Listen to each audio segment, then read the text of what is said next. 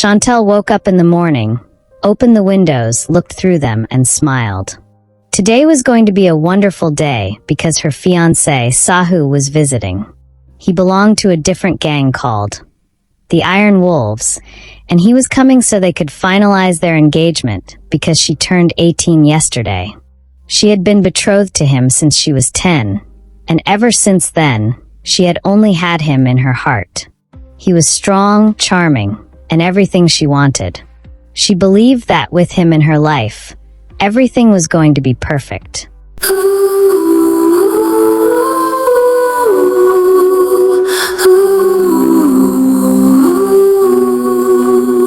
A fox on the ridge, shadows at play, nine tails weaving through the break of day.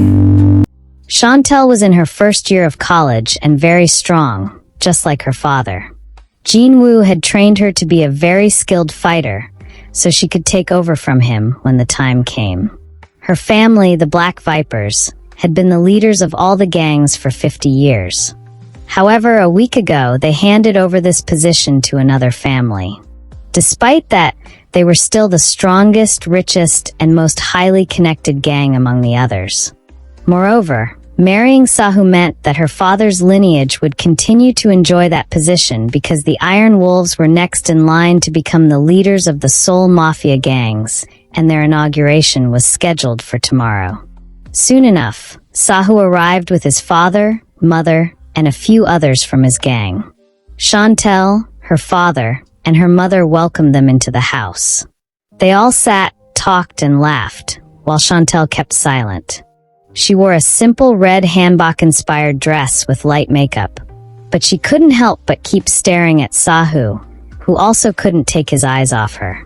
She listened as Sahu's father said to her father, "Well, as we agreed so many years ago, we have come today to finalize the engagement according to the rules you set. We'd like to know if your daughter agrees to proceed with the wedding to my son, and if she wants to be a part of the Iron Wolves." Shantel's father stared at her and said, "I think they should have a chat with each other. 5 minutes would do. Afterward, we can discuss further." Shantel smiled, got up, and Sahu's father nudged him as well. Together, they left and went to the balcony. Once they were there, Shantel said to him, "Annyeong." "Hey," he replied. "I've known you since you were 10, and ever since then, my father has told me that you were going to grow up to be my wife. I've only seen you in my dreams, and now that you've turned 18, you look very beautiful and attractive." Shantel smiled and responded, "Well, it's the same for me. I've also had you in my heart since our alliance was arranged. Although at the time, I didn't really know much except that you were 5 years older than me, a senior, and you were attractive." They both laughed. Afterward, he gently cupped her cheeks and said, "You're so beautiful, Shantel. I cannot wait for us to spend the rest of our lives together." "Me too," she replied, staring into his eyes. He leaned in and placed a soft kiss on her lips. "We better go back and give them the answer they want to hear." She smiled, and they held hands and walked back into the living room. When they arrived, she spoke up. "Yes, Abioji, I agree to the alliance." Everyone in the room erupted in excitement, smiling and clapping. They were overjoyed by the news. They continued celebrating, discussing wedding plans and other future events. Eventually, they got up and Donghyun, Sahu's father and leader of the Iron Wolves, addressed the group. "We'll be leaving now, but don't forget, the Wolves' inauguration party will be tomorrow. As my future in-laws, I would be delighted if you can all grace the occasion." "Of course," Jinwoo replied, getting up to shake Donghyun's hand. "You're going to be my daughter's family, so naturally we will be there.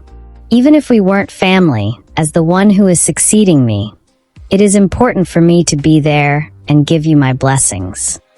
They laughed and hugged each other before escorting the wolves out. After they left, Shantel was all smiles. Her mother sat beside her and said, I can see you're happy. You have no idea, Yama. I am so in love." Sujin laughed. "Really? You're in love?" Your father needs to hear this." No, don't tell him," Shantel pleaded. However, the moment Jinwoo entered the house, Sujin couldn't contain her happiness and said, "Your daughter is in love with her fiancé, Sahu." "Really? That's interesting." Jinwoo smiled and went to sit beside Shantel. "I'm so happy that I made the right choice. You know, when the wolves reached out to me so many years ago, when you were just 10, Dong Hyun told me that he would love his son to marry you when you grew up. He wanted your alliance to be fixed, but I was worried and afraid that you might grow up and fall in love with someone else. I didn't want to force you into a life of unhappiness. That's why I told them to wait until you turned 18. Yes, I agreed to the alliance, but you had to confirm it when you turned 18. Now that you have given your consent, I feel at ease. I am very happy. According to our agreement, since you're in your first year of college, you'll proceed with an engagement ceremony. Sahu has already finished college, so he will be helping his father in the business. After your college education, you'll both get married and enjoy your life as you want. But for now, you're allowed to openly date him, have fun, and do whatever the hell you want to do." Shantel smiled. "Oh, you're so cool." Afterward, she got up and happily ran into her room. While she was going, her mom said, "Try to wear something nice for the party tomorrow, okay?" "Of course, I will. I mean, I have to impress my fiancé." Her parents shook their heads and laughed. As Shantel went into the room, she picked up her phone and opened her social media to look at Sahu's pictures. He had given her his handle so they could connect socially. Although she had always known about him, she only saw him from a distance and never really got the chance to be close to him. It was strange because he was the only guy she had ever loved. All her life, she had only been interested in fighting, training, and learning everything her dad wanted her to learn, but now Sahu had her heart. She thought about what she was going to wear for the party and finally settled on a black, sexy dress. Yes, she was a fan of jeans and thick jackets. However, she wanted to look sexy for Sahu, just as her mom had said. That night, she kept thinking about how the party was going to go the next day, wondering if she was going to get another kiss from Sahu since he had stolen her first kiss. When it was morning, she quickly took her bath and went about her chores knowing that the party was going to take place at 7 in the evening. Her parents talked a lot about the party and what was expected of her as the daughter of Jin Woo of the Black Vipers and wife-to-be of Sahu of the Iron Wolves. When it was time, she went into her room and got dressed. Putting on the sexy black dress, she wore a thigh holster and strapped her gun to it. She allowed her hair to fall freely on her back, wore black heels, and applied red lipstick. As she stared at her reflection in the mirror, she smiled. "You look so beautiful, Shantel. I'm sure Sahu will be blown away when he sees you." After saying this, she left her room. When her parents saw her, her mother said, "Egu, you look like the most beautiful girl in the world." "Did you say look like?" "She is the most beautiful girl in the world," Jinwoo corrected. "My bad," Sujin replied. "Our princess is the most beautiful girl in the world." They all laughed while Shantel said, "Cut it out, you two. We're going to be late." "Today, I want to be the driver," Jinwoo said. "Your mother and I have already talked it out, and I am going to be the driver for today." "Araso, you can have it your way." They got into their car, with Shantel sitting in the back while her dad took hold of the wheel, and her mother sat beside him in the passenger seat. Most of their underlings drove behind them as they left for the party. As they got closer to their destination, a big truck drove out from the left side of the road, disregarding the traffic light. It crashed straight into their car, and before Jinwoo could regain control, the truck hit them with so much force that the car somersaulted, taking them toward the hill on the left side. As the car moved downwards, Shantel held on to whatever she could, screaming for her life, and she could also hear her parents screaming. Finally, the car stopped tumbling, and she found herself hanging upside down, feeling pain in various parts of her body. She struggled to get up, but at that moment, she began to hear gunshots. The shots were so loud and numerous. She didn't need a soothsayer to tell her that her people were being attacked. She desperately tried to get out of the car, but she couldn't. Blood was dripping from the side of her head, and as she peered out through the window, she saw that all of her father's men had been gunned down. The attackers began running toward their car, and they all had masks on their faces, making it impossible for her to recognize any of them. She was afraid that they were going to kill them and began struggling with the door. As they got closer, she heard them say, "We want Jinwoo and his wife. Get Jinwoo and his wife." They were here for her parents, but why? She kept struggling, but the men ignored her. They dragged her unconscious father and mother out of the car and took them to one of the cars they had arrived in. Refusing to give up, Shantel kept struggling and finally kicked open the door, crawling out of the car. She heaved a sigh of relief as she realized that the car was about to explode. She began to hurry after the men who took her parents. However, before she could get far, the car exploded, causing her to fall flat on her face. She cried out in pain as the impact of the explosion made her feel even weaker. Nevertheless, she didn't want to give up because her parents were counting on her. She forced herself to get up and continued chasing the men. Just as they were about to drive away with her parents, she pulled up her torn dress and retrieved the gun she had concealed on her thigh.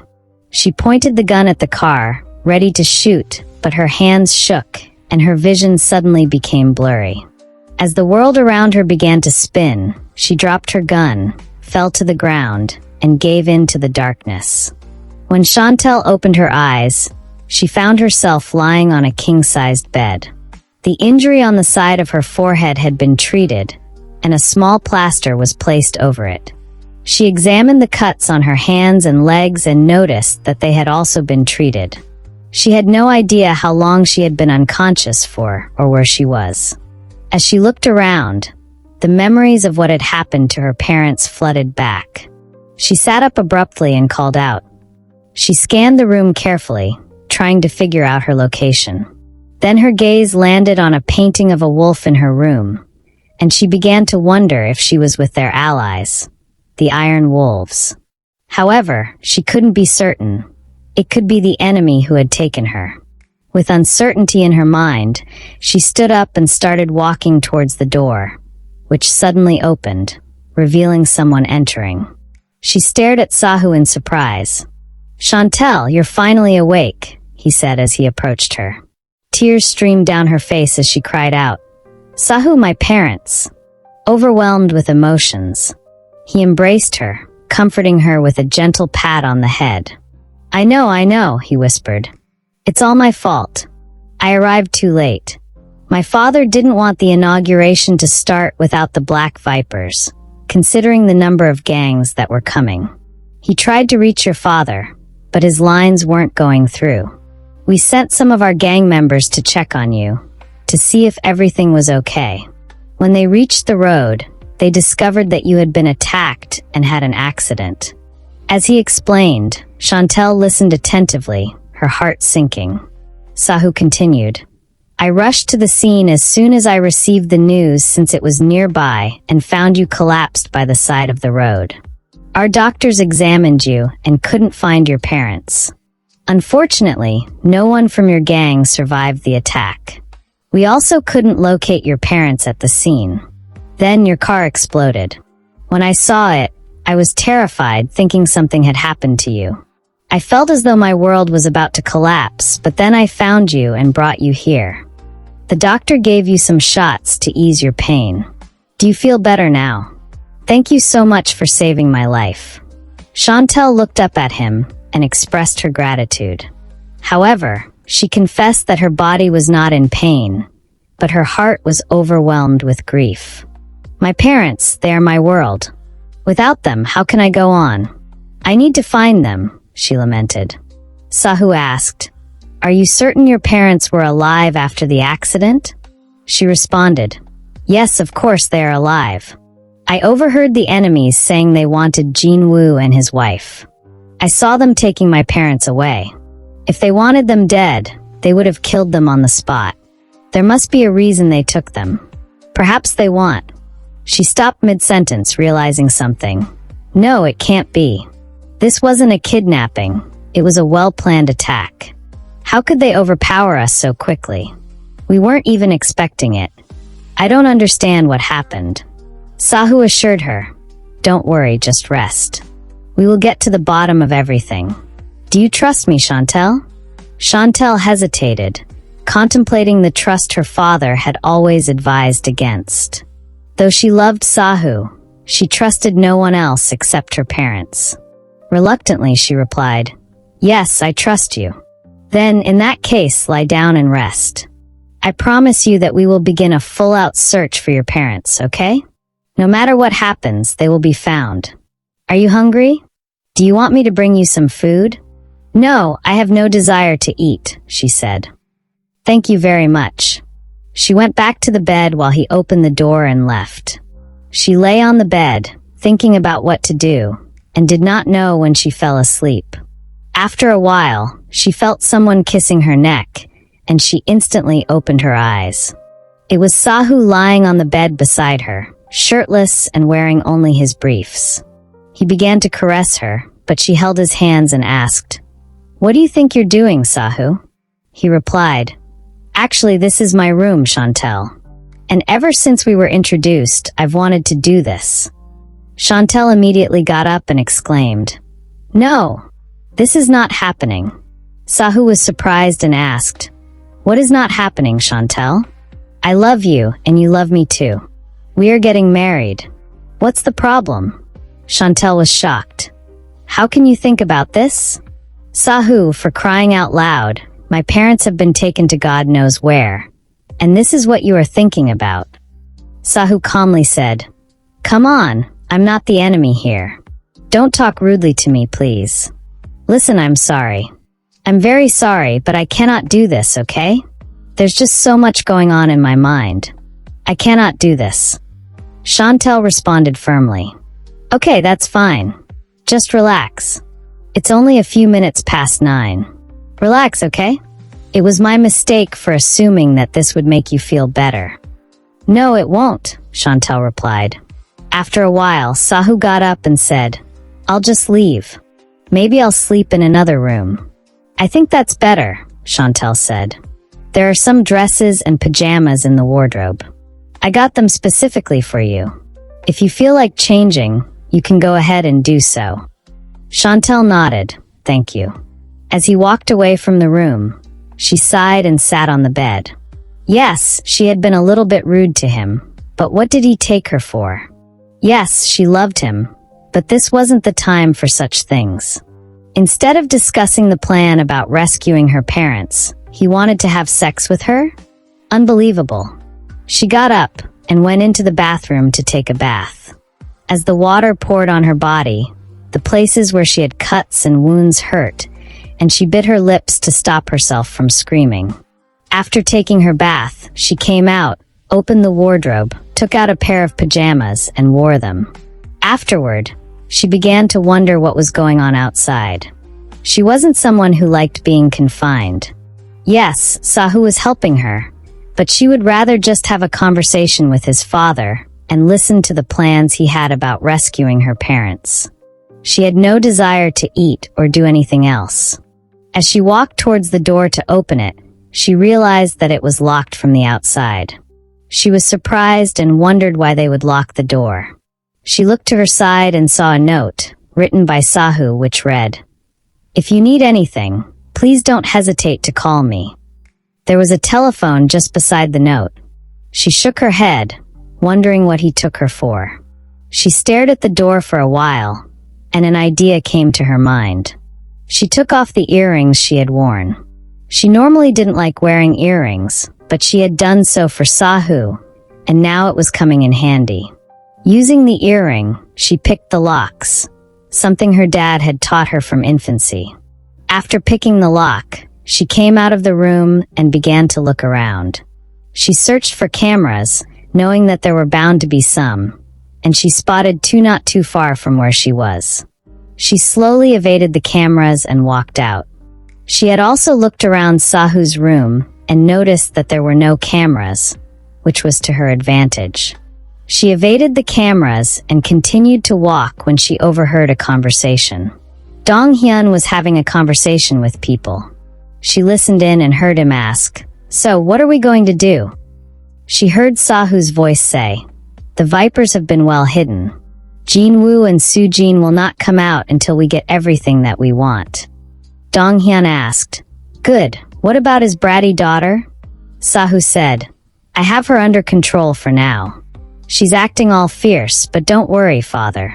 I'm going to tame her." "Okay, so what's the plan going forward?" Dong Hyun asked. "After that, Sahu began to stutter, and his father became upset. "What the hell is wrong with you, Sahu? I am giving you an opportunity to show yourself, and you're embarrassing me. Look at other gang leaders here. Is this how you intend to lead?" Dong Hyun thundered. No, I have everything all planned out," Sahu replied. "I promise you, Soo-jin and Jin-woo have been kept in the safe house. They'll be there until we get the information from them. Once we get what we want, I am going to kill them. Shantel is just a backup plan, just in case we cannot get the information out of them.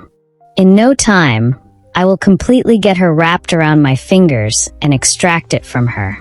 "That," Sahu replied. "If she proves to be useless, however, I'll just kill her off. No matter what, I will get what we want." "Now you're talking," his father said.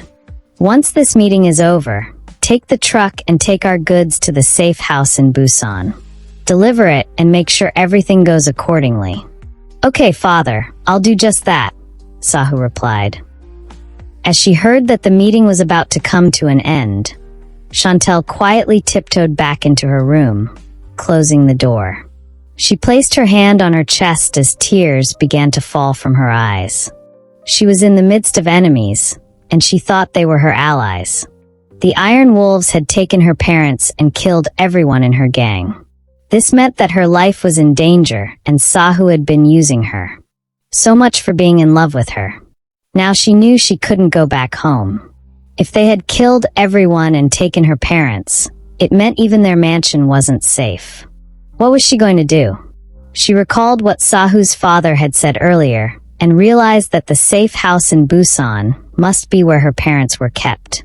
If only she could rescue her parents, then everything would go back to normal. Her father was extremely strong. If she could rescue him, they would get back all that had been taken from them. She thought about what to do and looked out through the window. She saw the truck downstairs and realized that it was what Sahu was expected to drive out of the building. "I need to get out of here," she said to herself. She knew there was no way she could make it out through the door because of the cameras. She was on the 5th floor, and it was a high building. However, she had to get down. She went to the wardrobe, took off the pajamas she was wearing, and wore a pair of black jeans that Sahu had kept there, along with a black t-shirt. She checked around for a weapon but couldn't find any. She took all the clothes that were in the wardrobe, tied them all together, and formed a rope. Afterward, she tied it to the window and began to descend slowly. She couldn't find any shoes in the room, so she was barefooted. She kept moving down slowly until she was finally at the bottom. While she was there, she remained by the wall looking around. She saw that there were underlings moving about and guarding the area. She couldn't let them see her. She began moving by the wall until she got to where there were cars. She rolled her body and moved under one car, walking on her belly. She moved from car to car until she got to where the truck was. She stared at the truck and realized that it was locked. She wanted to pick the lock, but there were 2 guards around. She observed their movements and saw that every few minutes they changed their positions. During that time, their eyes turned away from the truck. She waited until they turned and immediately ran to the truck, picked the lock, and went in, leaving it unlocked. She stood inside by the side of the truck, her heart beating very fast, knowing that if it was discovered that the truck wasn't locked, she would be in big trouble. While she was in there, she kept peeping out through a small hole by the side of the truck, but she could barely see anything. Eventually, though, she heard Sahu's voice as he said, "Let's go." Sahu got into his car with a few of their underlings, and a driver got into the truck and began to drive. She heaved a sigh of relief, knowing that they would not find out about her presence until they finally arrived at their destination. She looked at what they were carrying in the truck and was surprised to see different brown boxes. Her first thought was that they were carrying illegal substances, which was why they were doing it so late at night. But as they passed through different checkpoints, they were allowed to move because of their connections. When they finally arrived, the door to the truck was opened, and she stood by the side. She heard one of them say, "I can't believe this door was unlocked." Sahu asked, "Who did that? Who left it unlocked? Do you know what you almost did?" "I swear, boss, I left it locked," one of them replied. "Anyway, it doesn't matter. Get the goods out," Sahu ordered. Shantel stood by the side, waiting as they began to take out the cartons one after the other. One of the men finally got into the truck to take out the rest of the boxes, and when he saw Shantel, he wanted to scream. However, she kicked him in his balls, covered his mouth, and quickly snapped his neck. Afterward, she jumped out of the truck. She came face to face with another underling and punched him, knocking him out immediately. As she opened one of the cartons, she was shocked to see a young girl inside. "They are trafficking humans." She could not believe her eyes. Her father had made it clear that this business was prohibited. Could this be why the wolves wanted to get rid of them? She checked all the cartons and saw different little girls curled like balls. They were all unconscious, and some of them had turned cold. She didn't know what they had given to them. At this point, she understood why the cartons were really big. Right at this point, she heard one of the guards scream and say, "There's an intruder." She quickly ran and went into hiding. They began firing shots at her, but she remained hidden while they all went toward her location. She was able to sneak to the back of the building. She wanted to get into the safe house, as she believed her parents would be there. But there were just too many men, and she didn't stand a chance. "I need to get one of those guns," she said to herself, but she didn't know how she was going to do it. Eventually, she began to hear loud gunshots. "There's another intruder," one of the underlings called out. "Another intruder? Who could it be?" she wondered. Did they have other enemies? She heard more shots being fired at the men and how they screamed and fell. However, one of the men got closer and she began to run again. He chased her relentlessly. Perhaps he thought she was working with the second intruder. He finally reached her and was about to point his gun at her, but she threw a stone at him, which she had picked up, and jumped on his body, beating him to a pulp. She picked up his gun when he became unconscious and ran out from there. When she came out, she saw some other men running towards the cartons to pick them up and began to shoot at them. She kept shooting until she ran out of bullets. "Hello, princess," a voice said from behind her. She turned and saw Sahu. He was pointing a gun at her. She raised her hands in the air and began to move backward. He said, "Wow, you're really something, aren't you? How dare you? You took my parents, you bastard," she cursed. He laughed. "Yeah, I needed something important from them. I was going to let them rest in their graves after taking them. You deceived me. I can't believe that I loved you." Shantel said, "Love? Are you a fool? Come on. That's the height of stupidity." Sahu mocked. "You're trafficking children. It's against the rules." Shantel reminded him. "Well, that ended last night. My father is now the leader of all the gangs in Seoul, so we now make the rules. Yes, for 50 years, you all were lame ducks who ruined all our businesses. We weren't able to make enough money. But that ended yesterday. All the gangs even want you and your family out of the way, because you're all weaklings. It's quite unfortunate that I have to let you go now. I thought I could string you along for a little longer, but I guess this is goodbye." He was just about to pull the trigger when Shantel closed her eyes as the sound of a gunshot erupted in the air. When she opened her eyes, she saw Sahu on the ground, bleeding.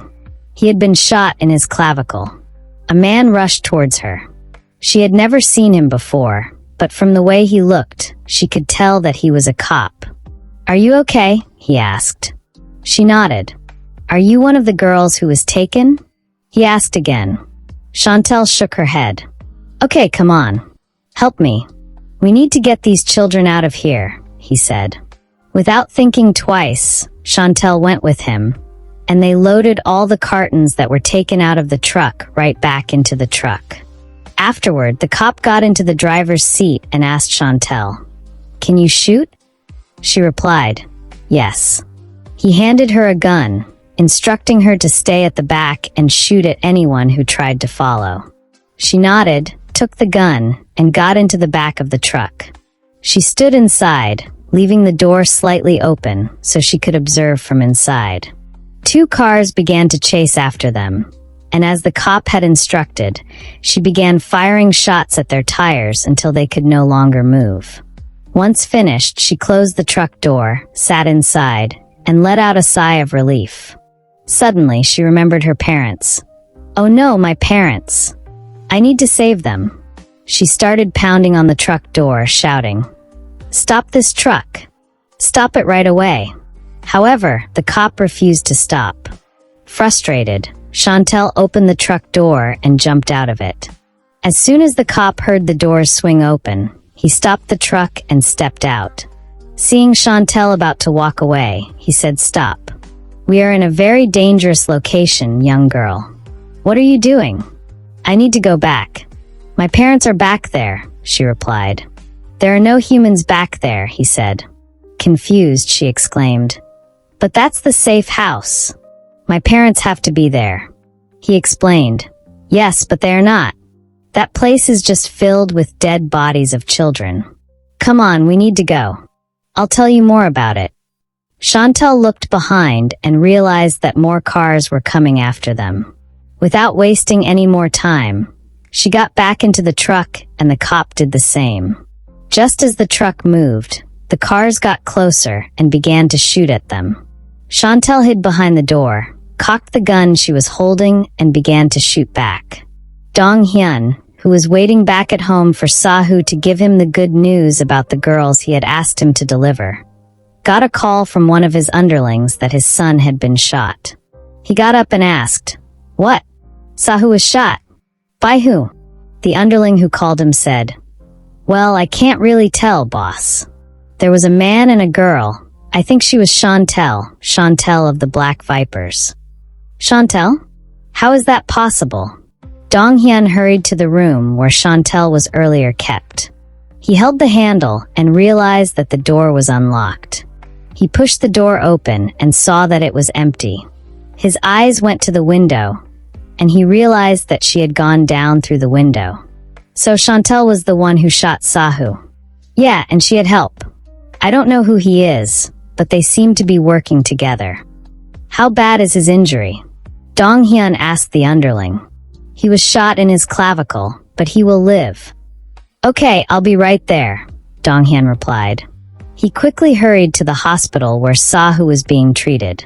He sat by his bedside, staring at him, and became filled with so much anger. He walked out of the hospital, called all his underlings, and said, "I want Shantel found as soon as possible. Let everyone know that Shantel is to be hunted down. No matter where she is, she must pay for doing this to my son. Perhaps she thinks the Black Vipers are still in charge. I will show her who Dong Hyun of the Iron Wolves is." Shantel kept shooting at the tires of the 2 cars chasing them until she finally took them out. Afterward, she sat close to the boxes and closed her eyes, trying to think of what next she had to do. The cop whose name was Min, who kept driving until they finally arrived at the Gangnam police station. Although it was dark, he quickly signaled for other officers to come out, and all the girls were taken out of the vehicle. The officers were shocked to see that the girls numbered more than 22. Some were very weak, while the others were unconscious. "We need to take them to the hospital," one of the officers said. "Not yet," Minhu replied. The lives of these girls are in danger. We need to ensure that we get in touch with their parents. Check the missing persons files and look at their faces. Do not worry, they're not going to die. They're being taken to other countries and sold off. So please run their faces in our systems, and we will get as much information about their parents. The officer nodded and began to take pictures of the girls. His eyes went towards Shantel, who had earlier come out of the truck and was leaning against it. He paused for a minute and finally wanted to also take a picture of her, but she blocked her face and said, "No need, I know who I am." He stared at her and then back at Minhu before turning his attention back to the other girls. After putting a few calls across, they discovered that most of the girls' parents had already reported them missing, and some were taken from other countries. Okay, now we can take them all to Seoul Central Hospital, and remember, they all need to be protected, Minhu instructed. One of the officers who came out and saw the girls began to complain. "What is all this? This is not a job for our section. It's already very late, we should be resting. Now we have to take these girls to the hospital." From where she stood, Shantel felt like punching the officer in his face while Minhu went over and shoved him. "You better mind your words around me." "Yes, sir," the officer replied and turned his back on them. All the girls were taken into the station as Minhu put a call across to bring ambulances with officers guarding them, so all the girls would be safe. Shantel kept leaning on the truck as minutes and hours ticked by. She wanted to ensure that the children were all safe and knew she would not feel at ease until they were taken to the hospital. She still had no shoes on, but that was the least of her problems. 2 hours later, different ambulances with police officers in them arrived and Shantel rolled her eyes. Finally, Minhu had filled out the paperwork and done everything he had to. He came out of the station and spoke to the men who had just arrived, and they began taking the children out. Afterward, he walked over to meet Shantel. He was impressed, though, that she was smart enough to stay behind since she seemed eager to disappear initially. All the girls will be transported to Seoul Central Hospital soon and be reunited with their families. "Would you like to come into the station and rest until morning?" he asked. Shantel shook her head. "No. I don't want to answer any useless questions." "Okay, I'll be going to the hospital and back home afterward. I have a lot on my plate, but I can do you a favor. Tell me where to drop you off." "There's no need for that. I'm going with you to the hospital, and after that, I can go on my own," Shantel replied. "Hold on, it's not safe for you to be out alone. Don't forget that some of those men chased us.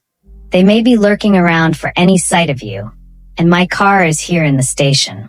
I deliberately left it because I didn't want to be seen. You should let me drop you off safely." While they were talking, both Shantel and Minhu overheard an officer from inside the station complaining. "What does he think he is? He goes for operations alone. Why is he the only one allowed to act however he wants? He takes all the glory as though we do not work hard. I'm sick and tired of that officer called Minhu. He's too obnoxious." She stared at him and back at the station as she said, "Don't they just love you?" Minhu ignored the man and pointed at his car. As Shantel approached it, he noticed she wasn't wearing any shoes and wondered, who could she be? After going to the hospital, Shantel wanted to leave on her own, but Minhu stopped her because it was not yet morning. "Where's home?" he asked. "Let me drop you off, so I won't have any regrets later." "Nowhere," Shantel replied. He sighed, feeling irritated. "Are you always this stubborn?" "It depends on my mood," she said. Minhu insisted until Shantel finally gave in and got into his car. Since he had no idea where to take her, he asked while driving. "Nowhere, huh? So, you said something about your parents earlier." She nodded. "Yes, I need to save my parents. The Iron Wolves took them to a safe house. That's what I discovered." Minhu nodded. "Oh, now I understand why you came there. Just in case you're not aware, the wolves have so many safe houses. That is just one of them. And that place was probably used to keep the girls. So if you want to find your parents, you need to dig deeper." Shantel nodded while Minhu continued. "So tell me, where did you learn how to shoot? And how exactly did you get there searching for your parents?" "I don't understand."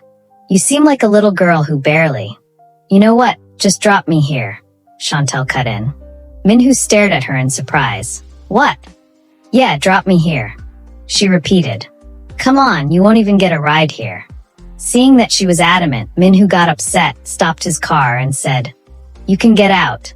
Whatever happens here on is on you. Shantel got off and walked away from him, trying to look around to see if she should get a ride. She thought about where to go and realized that she couldn't go back to the Viper estate yet. She wanted to go to a hotel, but as she touched her pockets, she realized that she had changed into different clothes.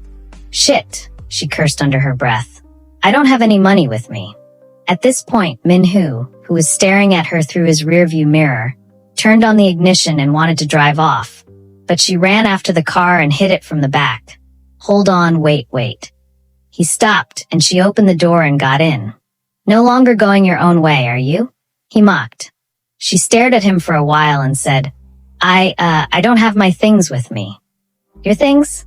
Okay, I'm sure you came from somewhere. Just tell me where it is, and I'll drop you off.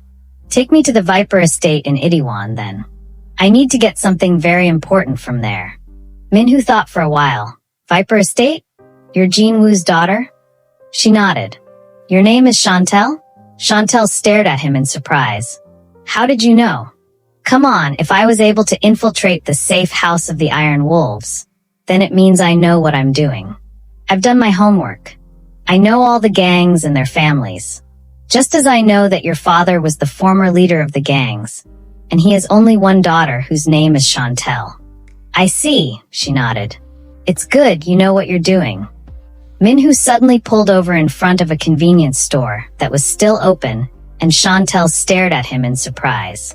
She was about to ask him what he was doing when he pulled her out of the car and said, Come with me. She was surprised when he picked out a pair of white sneakers and handed them to her. These look like your size. I'm sure you wouldn't want people to think you're crazy. She stared at her feet, which were dirty, and flashed him a grateful smile before putting on the sneakers. When they got back into his car, he said, You have a few cuts on your neck and other light injuries. I would advise that you rest tonight and do whatever you want in the morning. Shantel no longer argued with him because she knew that going to the Viper estate at this time would turn out badly for her, so she let Minhu drive her to his house. When he drove in through his gates, Shantel looked around the place carefully to be able to escape, just in case Minhu tried to act untoward. Without paying attention to what she was doing, Minhu came out of the car and walked into the house. After hesitating for a while, Shantel finally followed behind him. When they got in, she saw that his house was like the Viper estate, luxurious and very beautiful. How does a cop get to afford a place like this? She asked. He smiled. Well, I'm not your regular cop. Okay, let's see. He went into his room, took out a towel and soap, and gave them to her. There's a bathroom in the guest room. You can help yourself out if you wish to. After speaking, he walked into his room. Shantel went into the guest room he spoke about. She had blood stains on the shirt she wore and a few injuries on her neck. They seemed like scratches from glass. She quickly washed up and put on the clothes she had been wearing before, but because her shirt was bloody, she couldn't use it. So she came out and asked, Do you have any shirt I can use? Yeah, he replied while setting up the dining.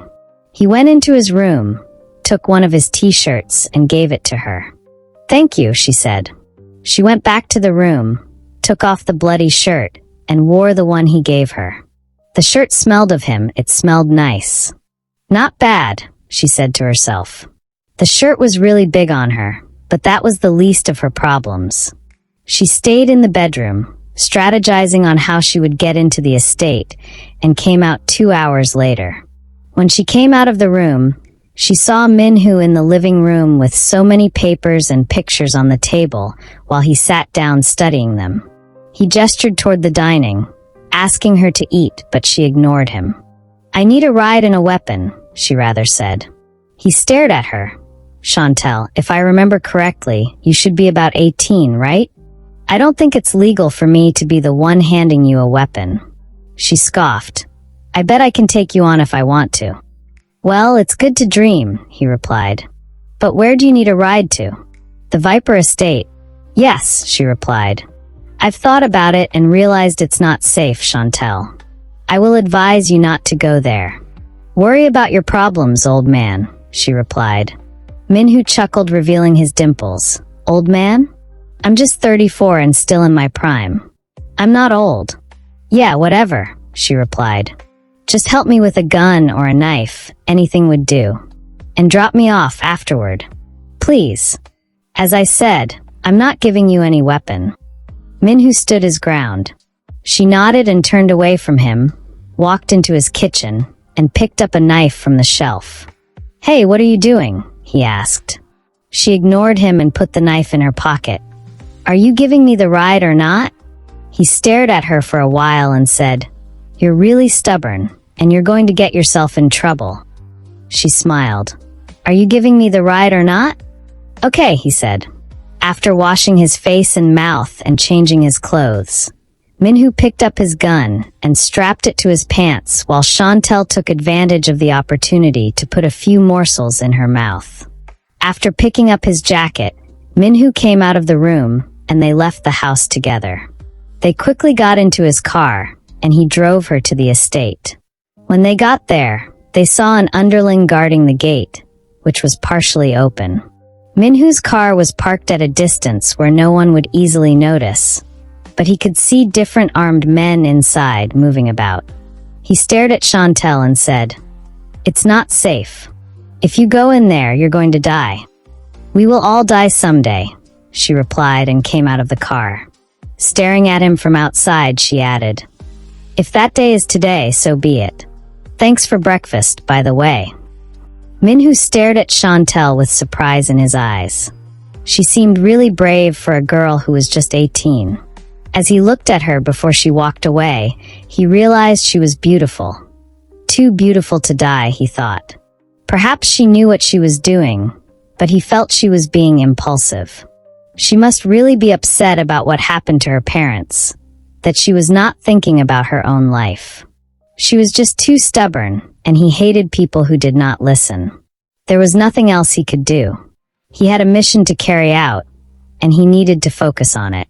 So he remained there and watched her as she walked away in the white t-shirt he had given to her, along with her black pants and the sneakers he had bought. The knife she had taken from his house was in her back pocket, and she moved closer to the wall and began to walk beside it. From where he was, he kept looking at the underling at the gate, wondering if he could see her, but he didn't. Perhaps she knew that he wouldn't be able to see her from the gate, which was why she wasn't afraid. But there were so many men inside, and no matter how he thought about it, there was no way she'd make it out alive.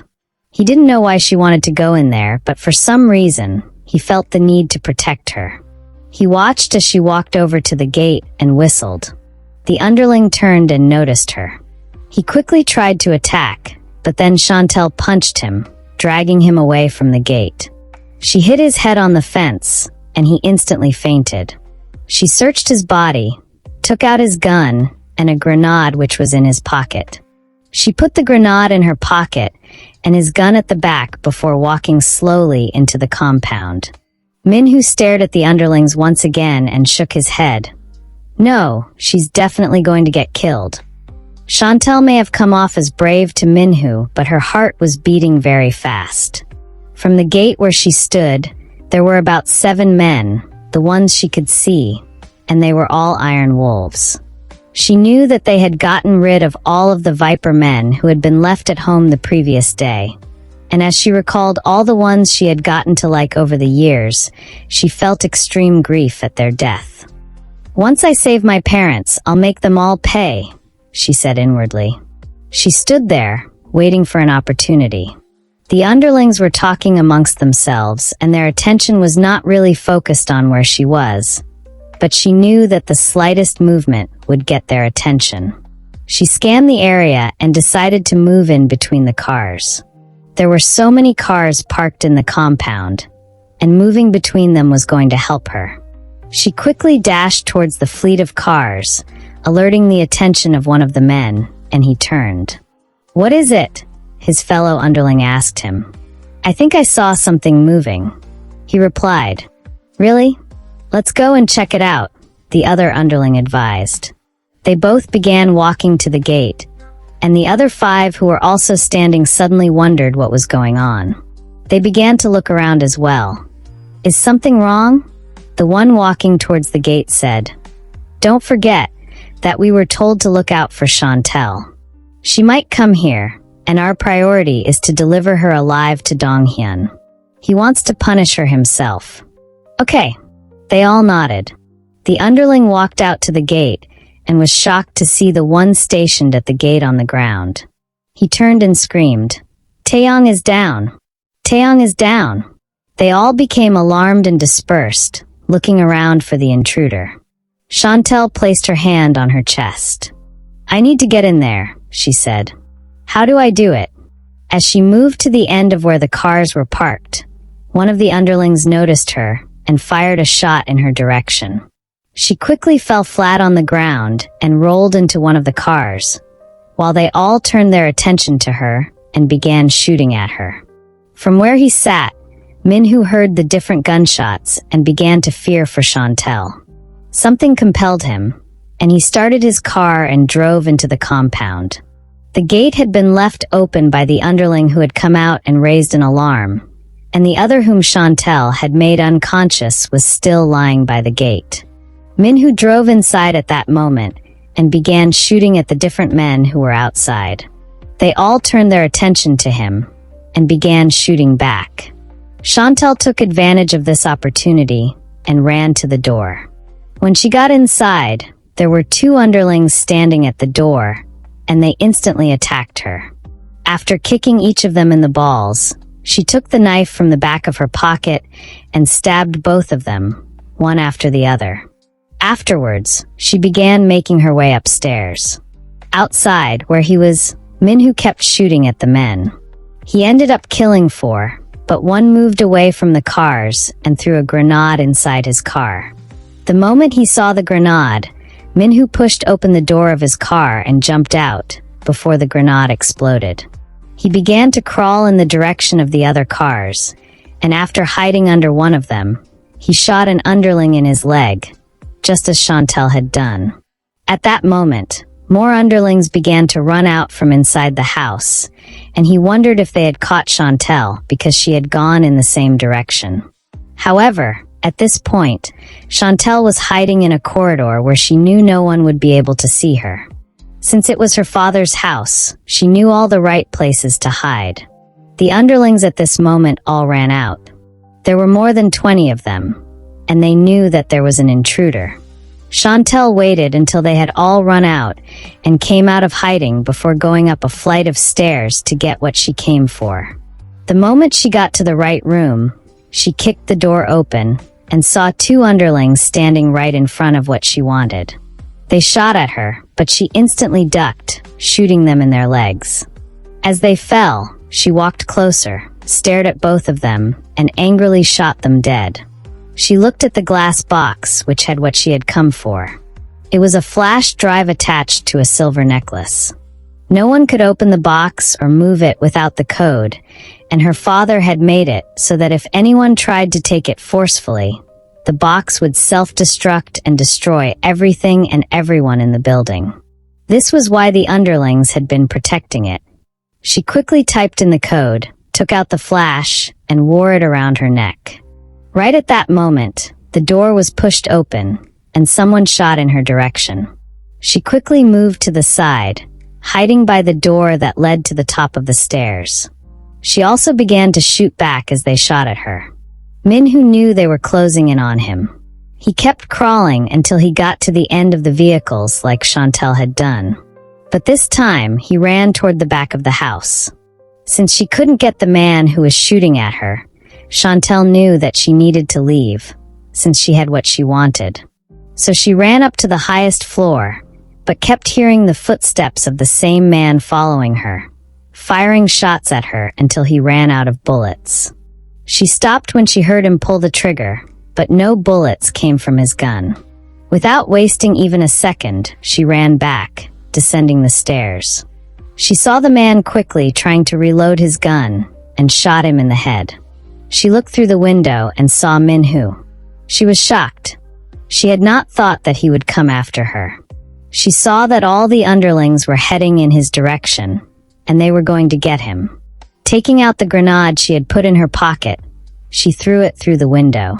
Some of the underlings who did not see it coming died, and the others sustained injuries as the grenade exploded.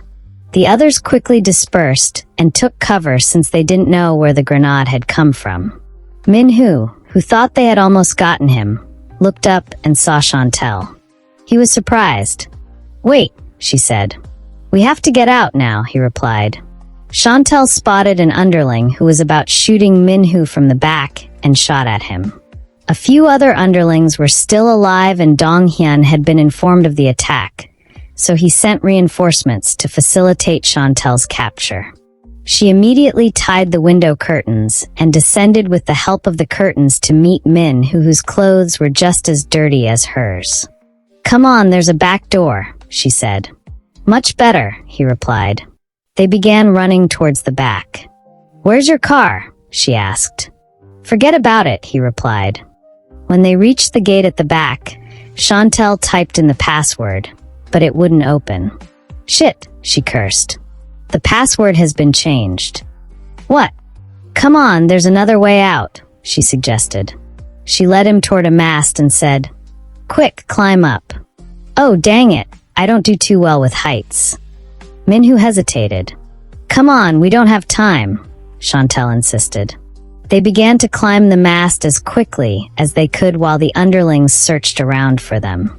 Just as they got to the level of the fence, they heard shots being fired, and both got on the fence and jumped out the other side. When they landed on the ground, Shantel cried out as she hit her leg on a stone. "Sorry," Minhu said to her. He held her hand, and they began to run. The few underlings who were left got into their cars and drove out to chase after them. They kept running without stopping, but Shantel was running really slowly because of the injury on her leg. "You need to move faster," Minhu said. "They're closing in." "Okay," she replied. They ran into a building and went to the top. Minhu spotted the Han River Bridge and got an idea. "Come on, let's go down," he said to her. They went down through the staircase and ran towards the bridge. When they got there, Minhu turned and spotted the underlings coming in their cars. "We need to jump," he said to her. "Jump? Through where?" she asked. "The water. We need to jump into the Han River," he replied. Shantel looked at the vast body of water below and concluded that they were not going to make it. She looked back at the underlings and said, "No, I'd rather take my chances with them." Taking out her gun, she turned, ready to shoot. But Minhu said, "No, you won't make it. We need to jump, Shantel." "I don't swim so good," she replied. "Don't worry, I'm an excellent swimmer." "I got you," Minhu responded. Shantel stared at him. "I don't trust you." She turned and still wanted to face the men, but Minhu quickly held her shoulders and pushed her. Shocked, she clutched his shirt, holding on to him as she pulled him with her, and they both ended up falling at the same time. Shantel screamed in fear as she plunged into the water. The underlings eventually arrived and came down from their cars. They began shooting into the water. Just as she had told him, Shantel wasn't a strong swimmer. She tried her best to swim, but the water was really big, and getting to the other side wasn't going to be easy. She kept swimming, telling herself that she had to make it because her parents' lives depended on her. However, she soon became very tired. Her arms began to cramp up, and she could no longer move. Minhu, who was a fast swimmer, kept turning every few seconds to ensure that Shantel was okay. When he turned once more, he noticed that she wasn't moving anymore. He swam back and grabbed her, swimming with her as he knew that they couldn't waste too much time in the water. If those underlings turned and got to where he wanted to swim out from, they would not be able to make it. They finally arrived on land, and he heaved a sigh of relief. He came out of the water, carrying her in his arms because she had lost consciousness. Placing her on the ground, he tilted her head and tried to resuscitate her by applying compressions on her chest, but she wouldn't wake up. "Shantel, wake up! Open your eyes," he said anxiously while performing CPR on her. Despite his efforts, she remained unconscious and her skin had gotten whiter than it was before. He looked around and seeing that the underlings weren't close, opened her mouth and covered it with his as he blew air into her lungs. He kept giving her mouth-to-mouth resuscitation until she inhaled and opened her eyes. She began to cough out water from her mouth and nose while Minhu asked, "What you went for? Did you get it?" She nodded. "Yes, I did." "Good, then we need to go right now." Thank you for watching. Kindly subscribe to the channel and turn on the notification bell so as to get notified when we drop new stories. Like and share to family and friends, and finally tell us where you're watching from in the comment section, and we will see you in our next video.